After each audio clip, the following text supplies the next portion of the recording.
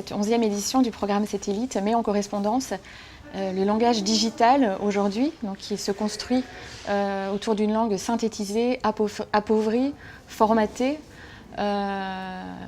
qui s'écrit par stylisation, par collage, par association, avec le monde langagier orwellien et cette langue officielle, le novlangue, qu'il imagine dans son roman 1984.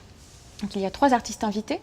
Ici, Daphné Le Sergent, avec l'exposition Géopolitique de l'oubli, s'intéresse à la catégorie C, donc la 3e catégorie de vocabulaire imaginé par l'auteur dans sa fiction, qui regroupe les termes techniques.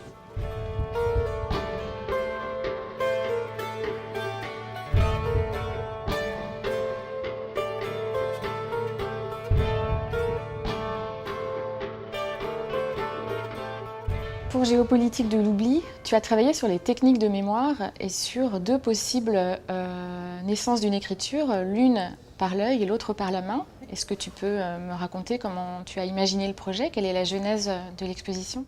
On est complètement inondé de notifications, de mails, de messages pro ou amicaux. Et il me semble que la question du langage ici, dans ce contexte-là, elle est cruciale. Parce que sous cette avalanche d'informations, on est complètement saturé et on est tenté d'aller très vite, de prendre des formules un petit peu stéréotypées ou alors des images.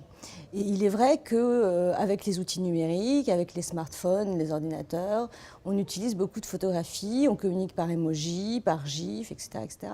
Cette communication très rapide, très stéréotypée, en fait, alors ça c'est mon interprétation, crée des carcans intérieurs, c'est-à-dire que nous invite à écrire de la même façon, nous invite à communiquer de façon vraiment plus synthétique, plus mécanique, vraiment comme des réflexes en fait qu'on aurait. Et aujourd'hui en fait l'écriture elle se fait essentiellement par une pratique d'écriture par l'ordinateur, c'est-à-dire en utilisant une corrélation entre l'œil et la main.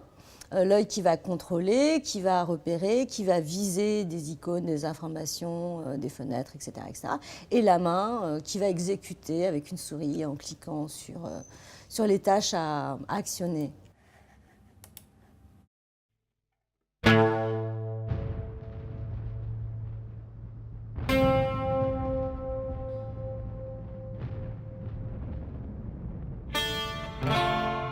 Il y a un ensemble de 3 vidéos.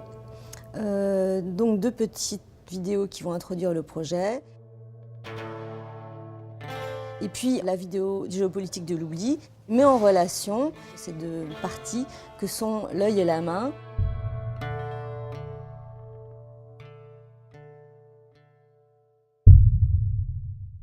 Est-ce que tu peux nous expliquer comment tu as écrit cette vidéo à partir d'images existantes qui sont montées sous un format assez proche du texte finalement? La vidéo Géopolitique de l'oubli est un travail qui imagine la possibilité d'une histoire où au moment du data déluge, au moment du déluge informationnel, il y ait d'un côté l'œil et de l'autre côté la main.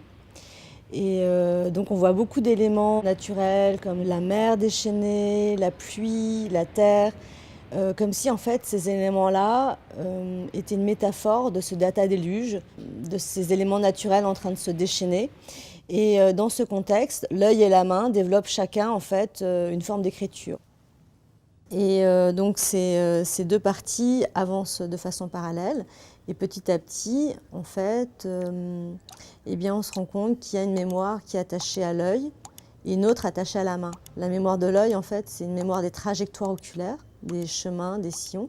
Et la mémoire de la main, c'est plus une mémoire qui va naître du contact avec les choses et qui va être aussi une mémoire qui se grave avec la douleur. Et ces 2 techniques de mémoire vont petit à petit déboucher sur 2 formes d'écriture. Une écriture qui se rapprocherait du cunéiforme, de l'écriture sumérienne, et qui fonctionnerait par trajectoire oculaire, et une autre écriture plus liée au glyphe maya, qui ressemblerait à des objets comprimés, à des objets synthétiques, comme les glyphes qui sont des compressions, des agglutinations de différentes cellules, les unes à côté des autres.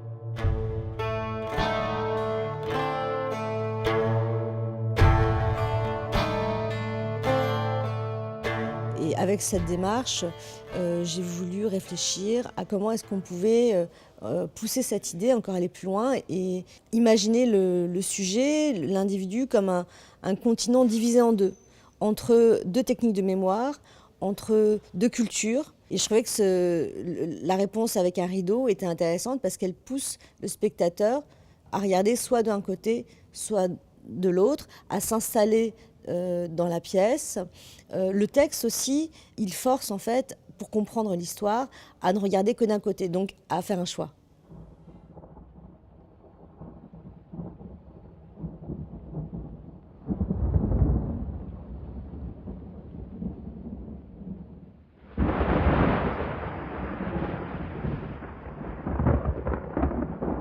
Ma démarche en tant que personne qui produit des images, c'est de récupérer un petit peu des choses sur Internet, dans les médias, parce que souvent je suis autonome et ça me permet de pouvoir dire des choses que je ne pourrais pas dire. Par exemple, montrer un crash de voiture, ça c'est quelque chose que je peux faire en récupérant des images sur Internet. Ce qui est intéressant, c'est la manière avec laquelle tu vas traiter ces images en les dégradant, qui est une belle métaphore, je trouve, de cet appauvrissement de la langue aujourd'hui. En dégradant ces images, ce qui m'intéresse, c'est de pouvoir extraire quelque chose d'autre. Non plus les informations qu'elles portaient auparavant, mais les sensations qu'elles appellent, le pouvoir affectif aussi qu'elles m'évoquent et l'impact qu'elles ont sur nous.